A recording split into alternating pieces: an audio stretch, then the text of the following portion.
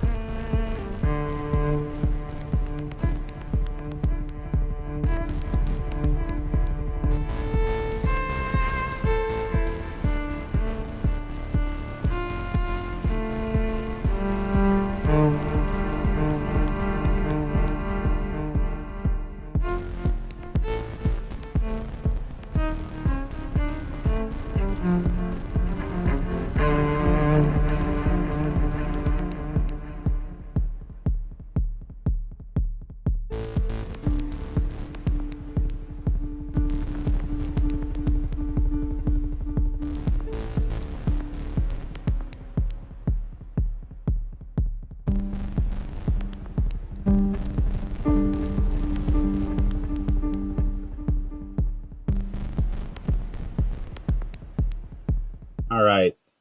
So, when it comes to modular synthesis and, especially the bowed string world, the first thing that I want to say is it is okay to feel completely overwhelmed and completely confused.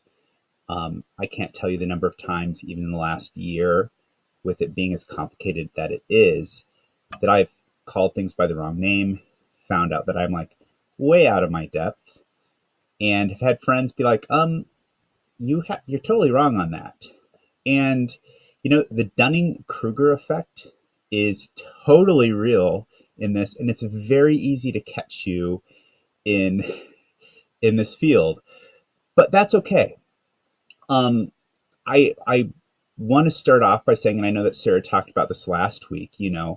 Um, this is not a field where it's like exact replication of perfection. This is a field of open possibilities, and making mistakes is okay. This is a playground where we're exploring, and no one is going to care if you, and this goes for Matt or anyone else in this field, calls something by the wrong name or doesn't know every single detail about a circuit or what something does. They're just excited that you're cracking open this door and starting to explore these new sonic possibilities. And everyone that I've worked with in this field is super kind and warm and welcoming. And um, so hopefully let your anxiety at least be um, not super high in that area because you don't have to show off to anyone on or be fearful of what does this do. Ask questions because there's a lot of stuff I don't know and I've been wrong and corrected. So yeah,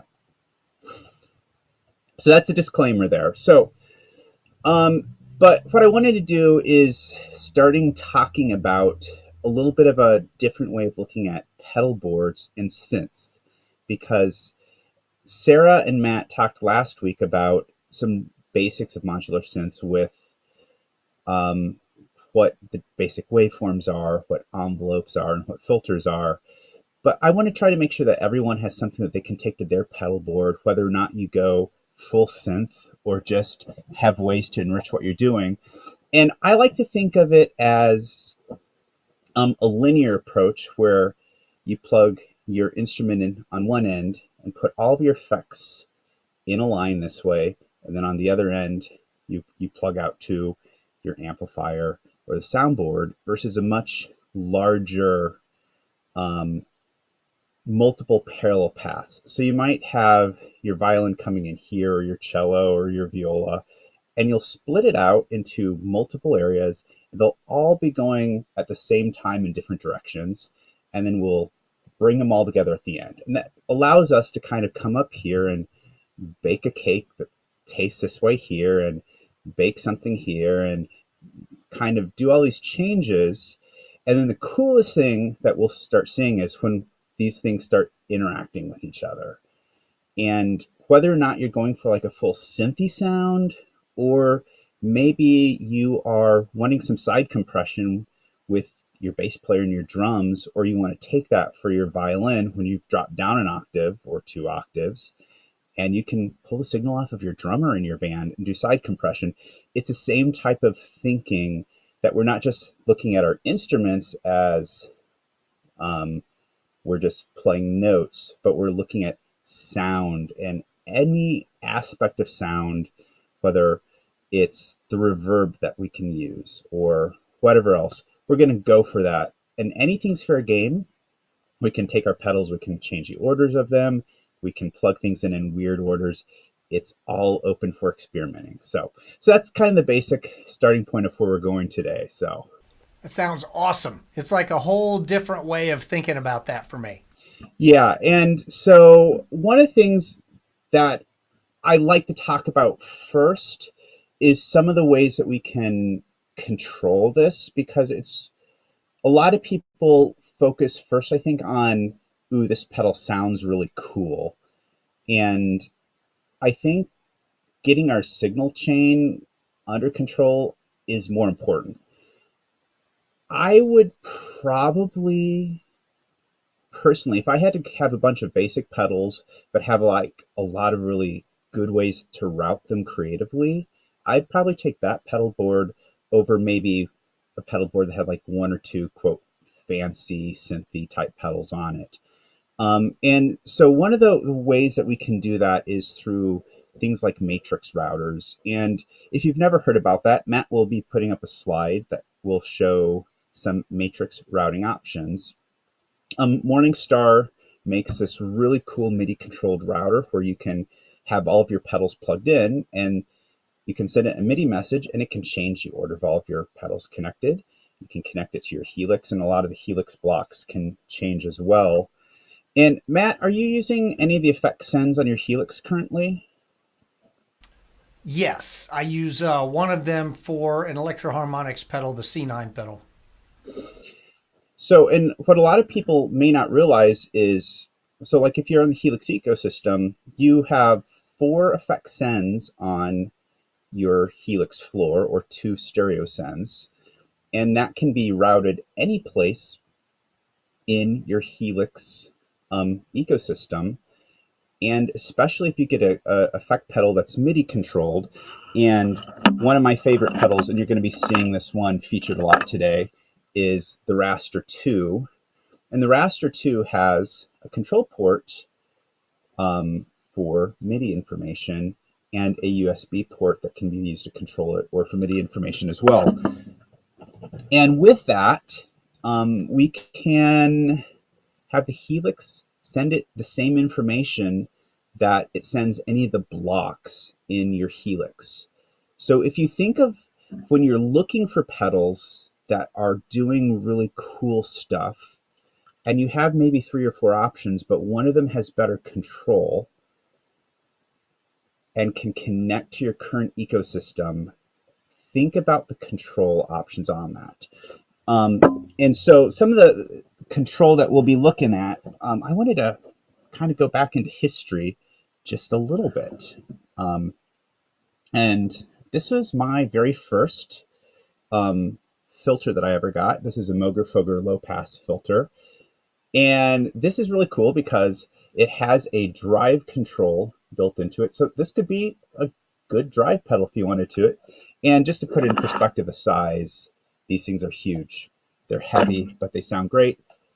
There's not a better sounding low pass filter. But on the back end, there are all these inputs for what we call control voltage, which is the higher the voltage is, it's like taking your expression pedal and having it in toe position. The lower the voltage is, it's like that. But on this one, I have the cutoff, the mix, resonance, and amount on being able to control this here. And in addition to that, what Bob Moog did is he also released his Moger-Foger control processor.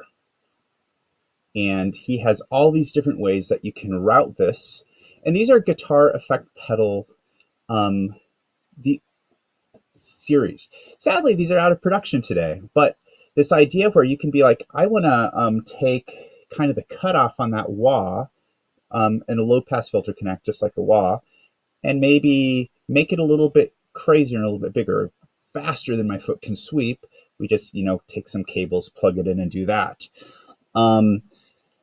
And, so he has this whole ecosystem of filters. Sorry if that's banging there. I'm trying to reach around and get them, including probably my favorite special weapon filter, the Murph.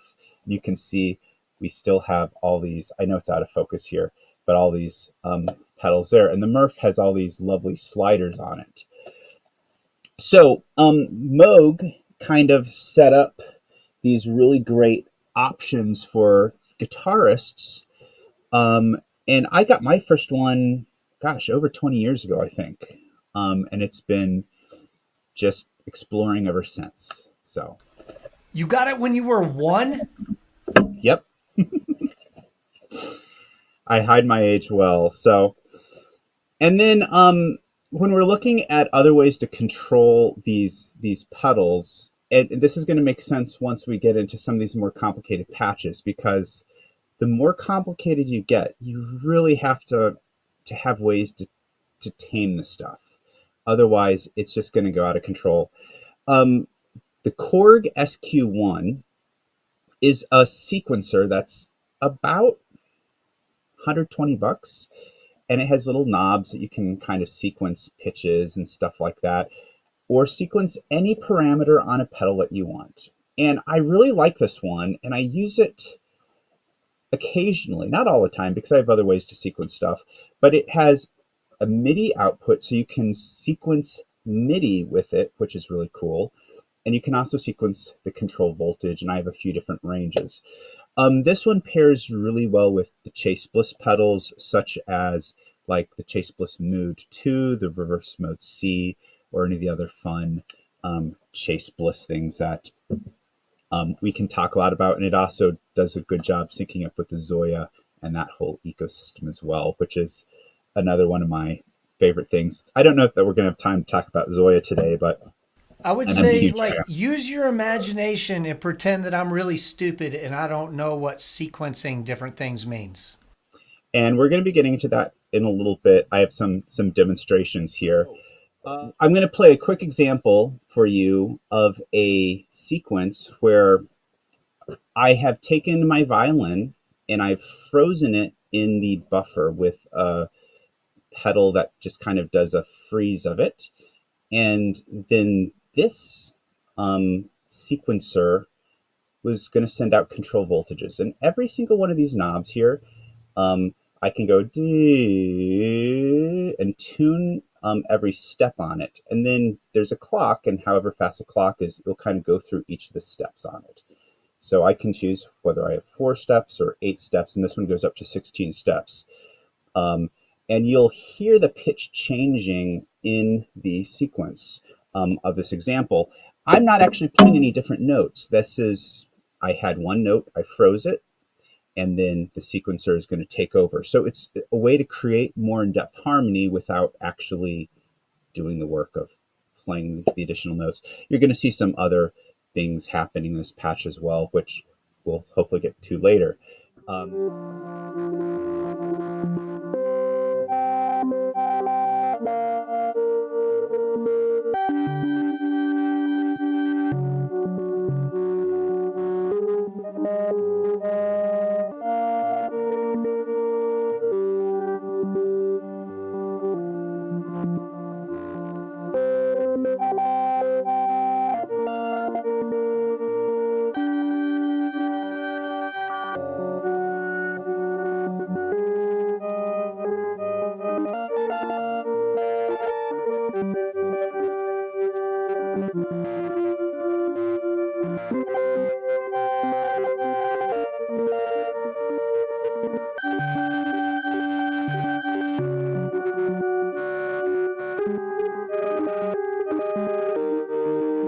Fun video game sounds, huh?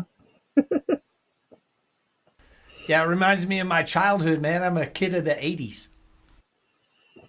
And so that pedal is one of my favorite pedals, the Chase Bliss Mood 2, which is in the granular synthesis world of things, and it stacks really well with other pedals, and it sequences well. And so sequencing is a huge, big picture thing that you can do, and as we start to get more complicated, you'll see sequencing used in a lot of different ways for that. Now, Matt, have you done any sequencing in your kind of more traditional rock stuff? Has it been in post when you've done it, or live, or how have you seen that used before? I haven't really done a lot of it other than I played around in Reason a lot for a few years and was using some of the sequencers in Reason just to kind of make crazy sounds. Haven't done it much in the rock world though. Okay. And this can be done in post production, it can be done live. I like to do these things live and find ways to recreate these so it's just me and the pedals and the these instruments. I'm going to call them instruments because the pedal board is an extension of your instrument. Um, and there's hours and hours and hours of sequencing talk that we can get into, especially once we get into some of the software synths that exist out there. Um, so let's go ahead and jump to some other categories that I think are good foundational talk, which is bouncing off of the envelope talks from last week. So Matt and Sarah covered talking about envelopes and how there is the attack, the sustain and the release of the envelopes. There's a decay time as well in there. And go back and review that video if you haven't seen it yet. But if you looked at my video that I just posted, there's a delay called reverse mode C.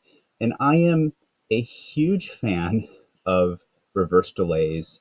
And Rob Flax is also a big fan of reverse delays. And he's actually the one that finally talked me into getting reverse mode C. It's a delightful delay pedal.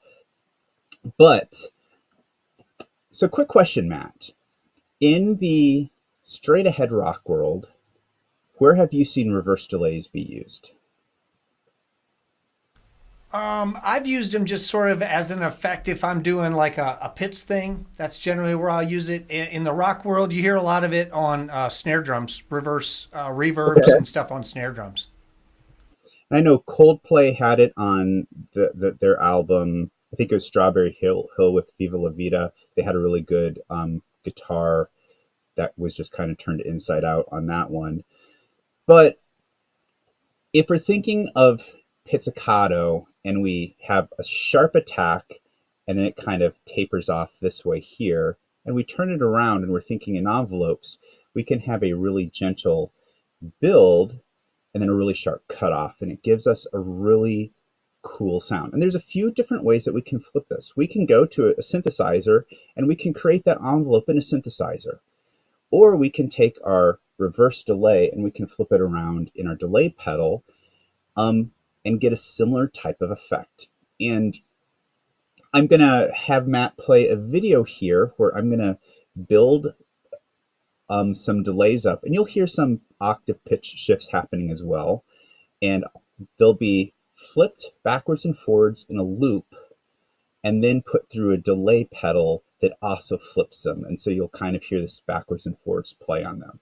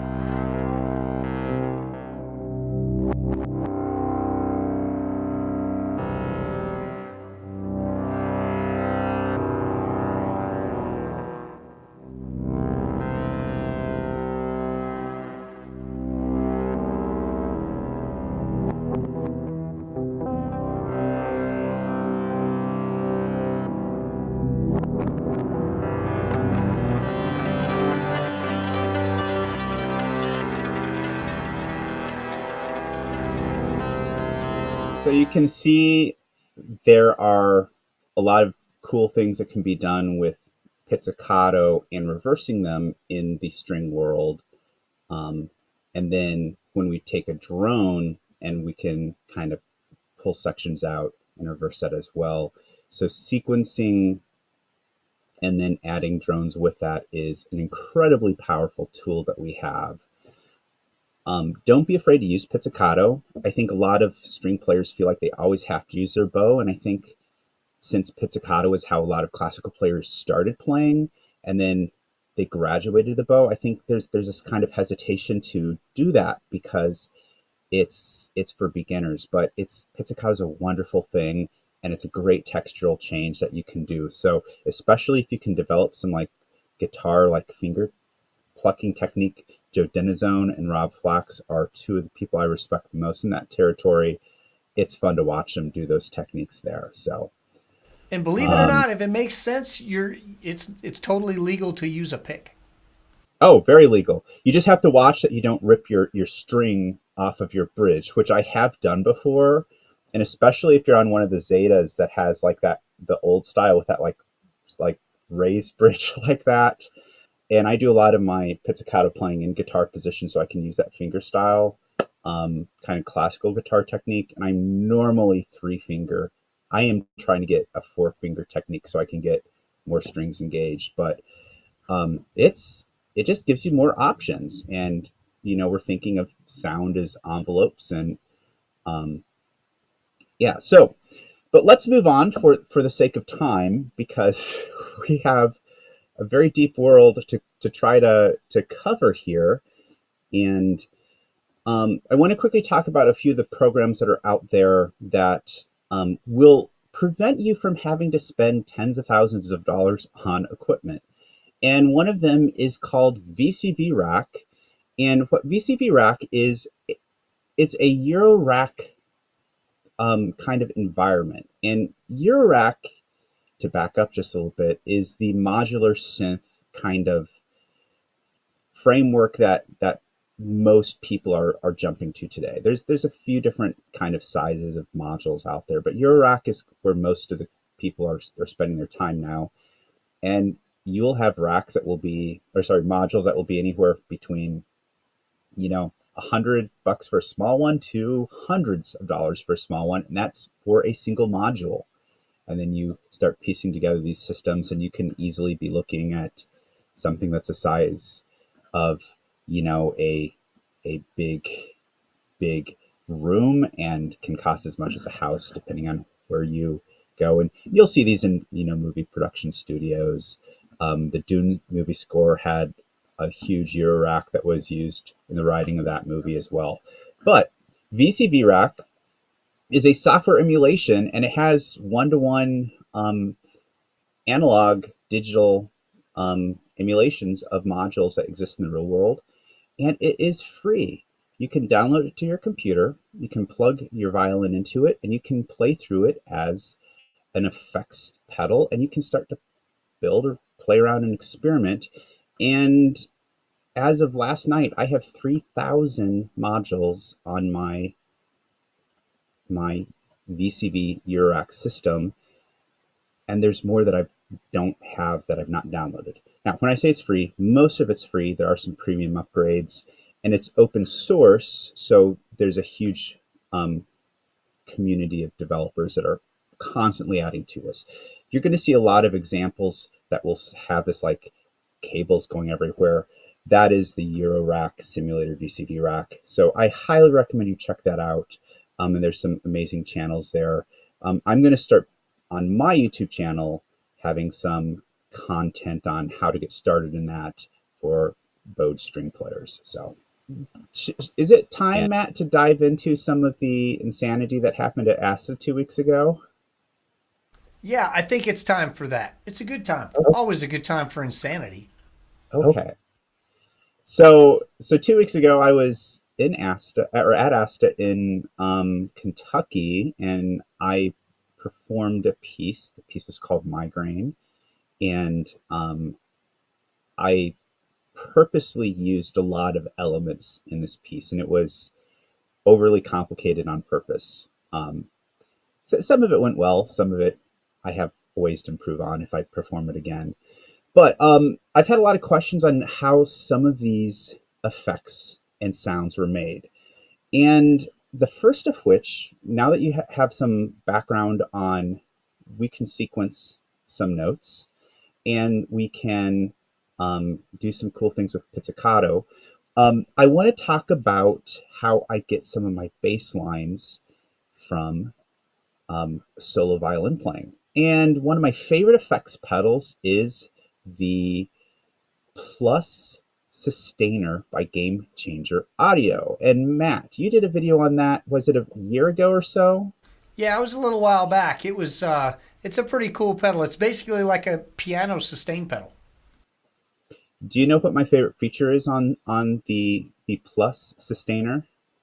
I'm sure I would never guess. It has an effects loop out on it. So with that, and I love effects that can interact with other effects, and that's going to be as we kind of go forward and talking about, hopefully to give you some ideas on what you can do. Anything that we can kind of like have interacting with each other in a strange way, whether it's a conventional means or not, that's where we're going to kind of find these weird and crazy sounds. So this video that I'm going to provide an example of, we're going to use a Game Changer Audio and the effects loop out. And normally people are like putting like chorus or reverbs or other fun things there. I put a pitch shifter in there, and I think it was the Pitchfork by Electro Harmonics. And then I sequence that. Now, to sequence that, the Pitchfork only uses expression foot controller stuff. It doesn't use conventional control voltage, and it doesn't use MIDI language. So sometimes you will find a pedal that has like almost everything you're looking for, but you need to go one step further. And there's some tools out there, and one of my favorite ones is Old Blood Noise Endeavors has this MIDI. It's called the MTET, MIDI to Expression Transmitter. I forget what the acronym is, but it will take MIDI signal and then translate that to expression pedal control. So any pedal that has expression pedal control, you can now feed it MIDI data from your Helix or any other MIDI sequencer, and you can sequence that. So on that pedal, I could sequence it with this guy here, which was upside down, the Korg SQ1, or in this case, I think I was using a VCV Rack, and then we can get pitch information going through that. And instead of the pitch going, which is how most people use the expression pedal, it can be stepped, which is really nice. And then I'll do a couple other fun things with that as well.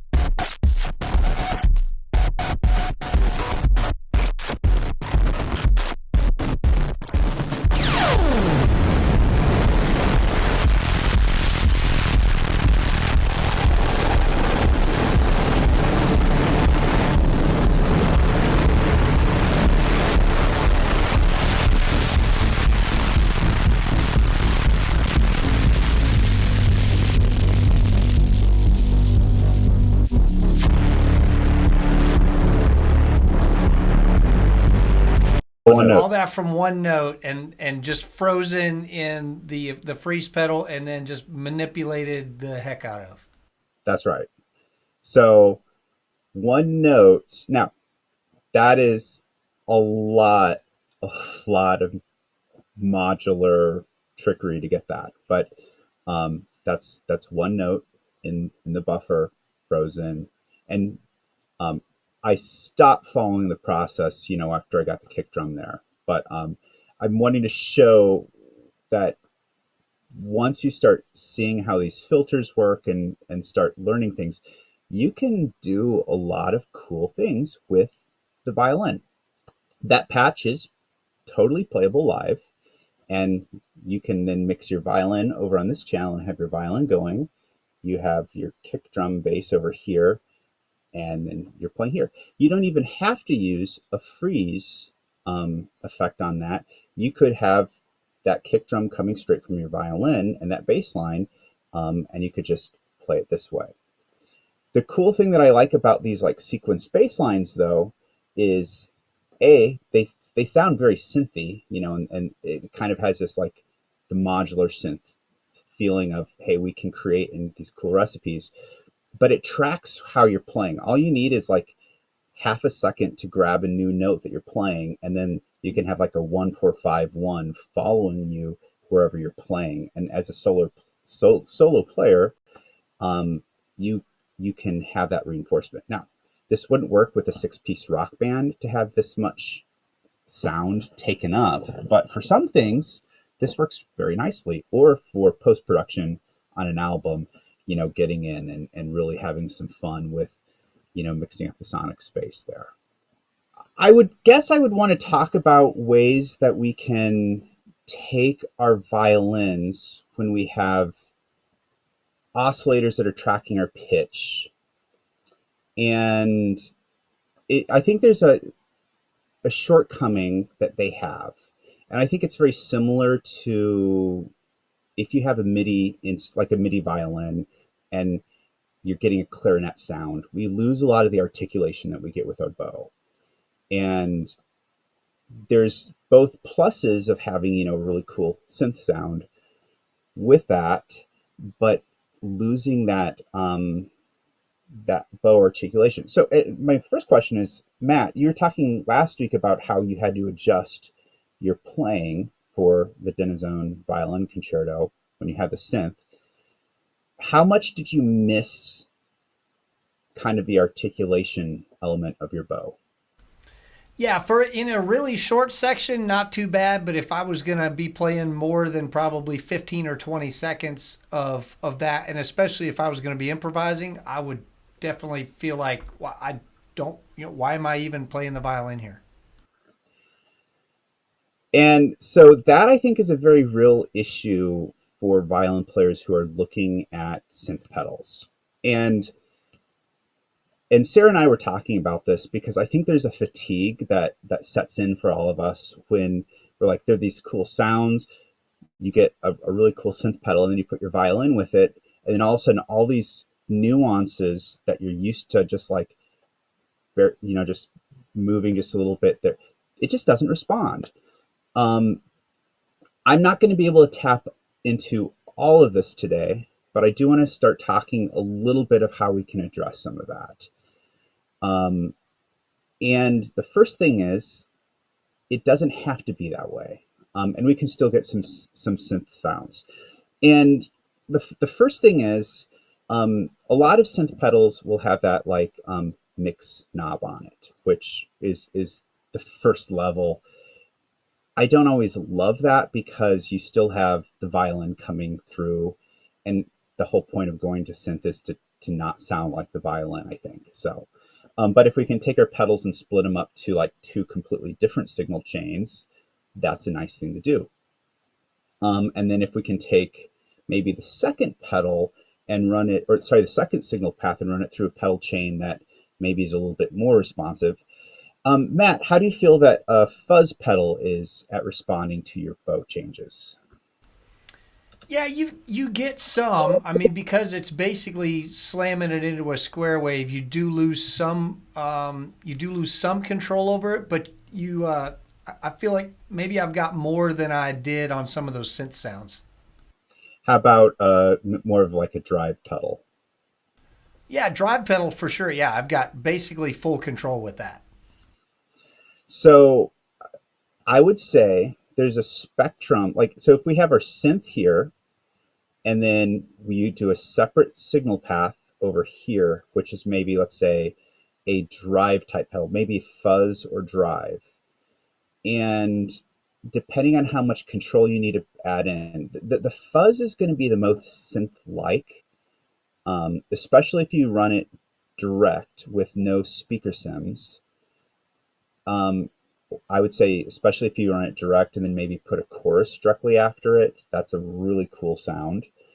But having that parallel signal path, which the Helix does really, really well, and I talk about the Helix a lot because Matt's on the Helix, and I think it's probably the most common, ecosystem, but the Helix can do 4 parallel stereo pass at the same time if you know how to set it up before you even bring in the external loops.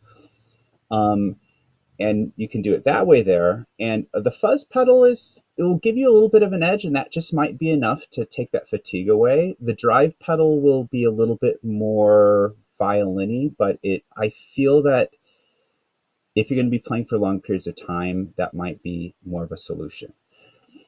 One of the other solutions, though, that I don't think a lot of people talk about is hard sync on oscillators. And if you look at a modular synth, there's a lot of different ways to control these oscillators. And this is why having the VCV rack that you can plug things into, you don't even have to have pitching tracked on the oscillator in the traditional synths. Talking is hard, apparently. I'm going to play a video here really quickly where I don't have any pitch tracking on the oscillator. I think I do have some on the filters here. And this is going to get some really gnarly sounds, but it does respond to your bow, and it does respond to double stops really well. Not quite like a polyphonic synth, but it's going to pick up kind of on that, like, that grit that double stops have. So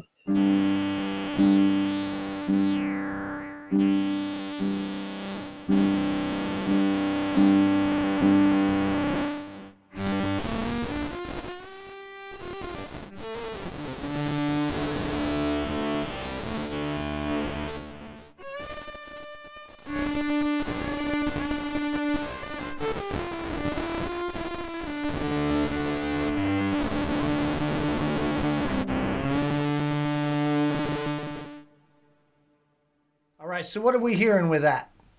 So what's happening is the oscillator, every time the threshold of 0 is crossed by the waveform comes, and every oscillator handles it slightly differently, it kind of resets the waveform a little bit. So if you have a saw wave on it, it kind of resets it a little bit. It is a pretty dirty sounding waveform. I don't like to use these personally without filters or by themselves. I like to put them in the mix with other things. But if we have, let's say, a pitch tracking oscillator here, and you do a hard synced or soft synced oscillator, there's a lot of digging into those that we could do. That's a pairing that we can do that can give you some more ways to get some of that more depth with the bow on that. So if you're feeling like you're having that fatigue with your bow, and you're just like, man, it's just, I lost that element. You know, I mean, I think all of us, when we heard, oh, MIDI violin, we can sound like all these cool instruments. It sounded really cool at the beginning, and then we just lost something about 10 minutes in. And it doesn't have to be that way. And there's so many cool sounds, but you can take a dirty sound like that and you're like, oh, I can filter it. I can take a low pass filter or band pass filter and really clean it up some other ways like that. So don't be terrified of that type of sound at first.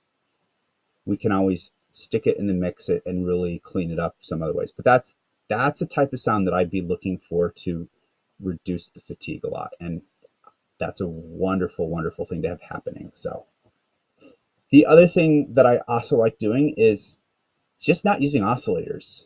There's other ways to get really cool sounds, just taking the sound of your violin and mutilating it a couple different ways, which I'm a huge fan of ring modulation and frequency shifting. And most people hear ring modulation and they've only heard it used in really nasty ways, not realizing that you have to tune it. And just know if you're ever planning to use ring modulation, you're going to have to tune it. Otherwise, it's going to sound like death.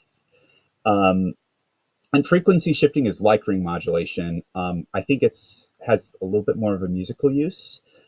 But I'm going to pull up a quick video of my favorite delay pedal at the moment, the Raster 2, which is a pitch shifting reverse delay frequency shifting delay pedal to show you what frequency shifting can do to get you some really cool synthy sounds.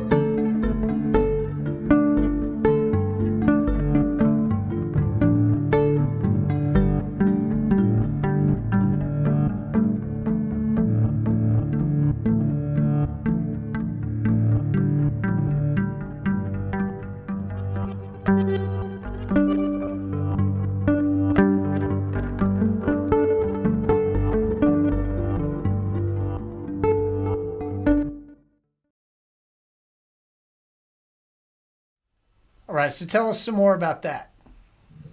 So what the frequency shifting does, ring modulation takes the harmonics and it shifts them one way. And the frequency shifting does it a slightly different way using math.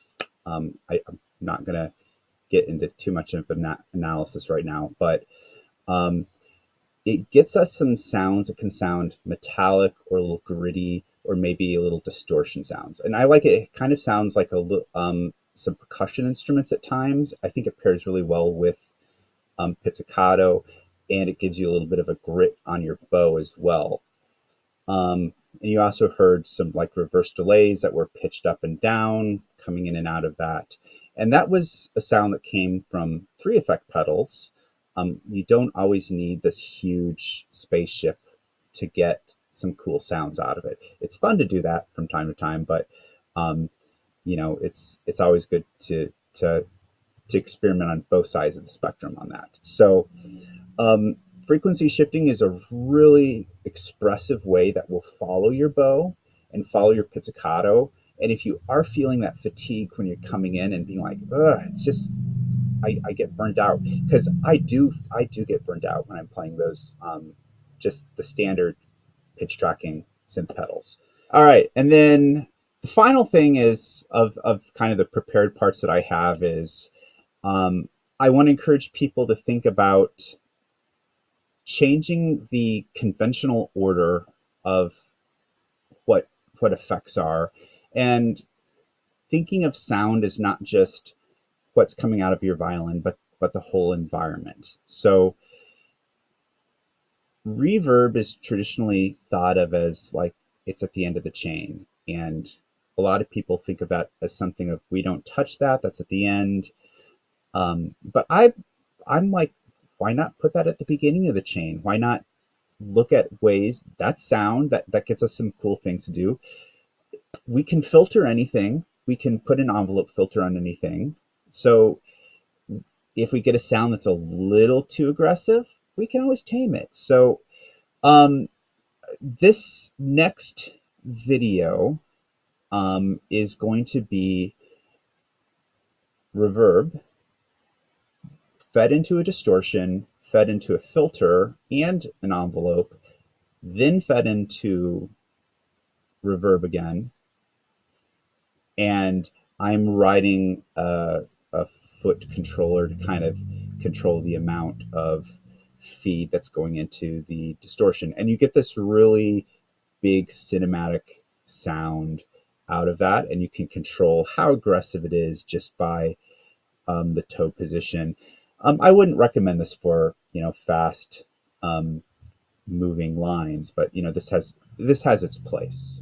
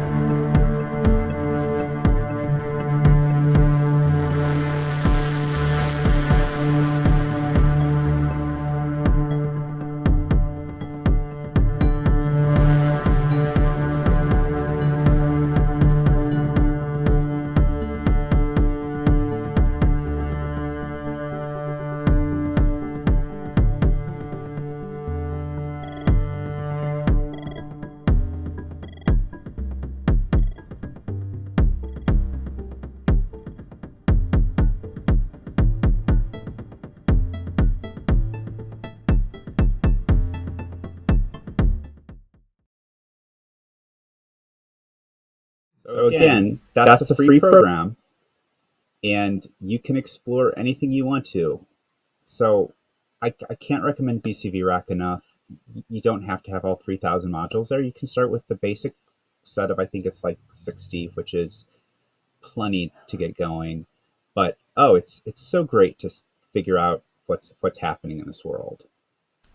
Now, I know we said like this is the last thing, but we can always do one more last thing. Tell us about this granular symphony orchestra that you've got. Okay, so granular synthesis. Let me back up just a little bit. Last week we started on subtractive synthesis, which is, I think, a good foundation for synthesis talk. But there's at least 10 different types of synthesis out there.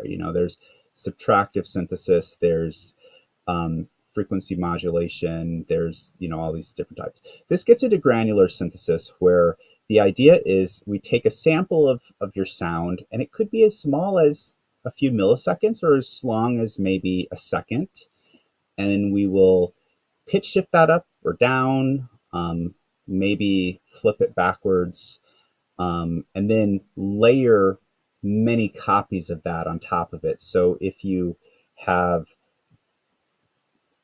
100 instances of 5 milliseconds of your violin playing, you can create a seamless sound of your violin that still has a tonality of your violin.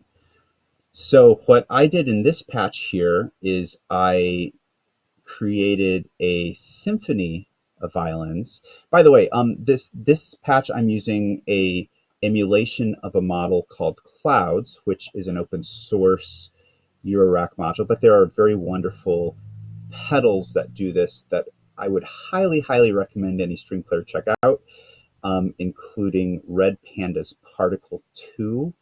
And Matt can probably throw up a list of popular granular delays, granular reverbs, and granular harmonizers. But the advantage here is it keeps the tonality in your overtone series intact better than any other pedal out there. So here is the Granular Orchestra.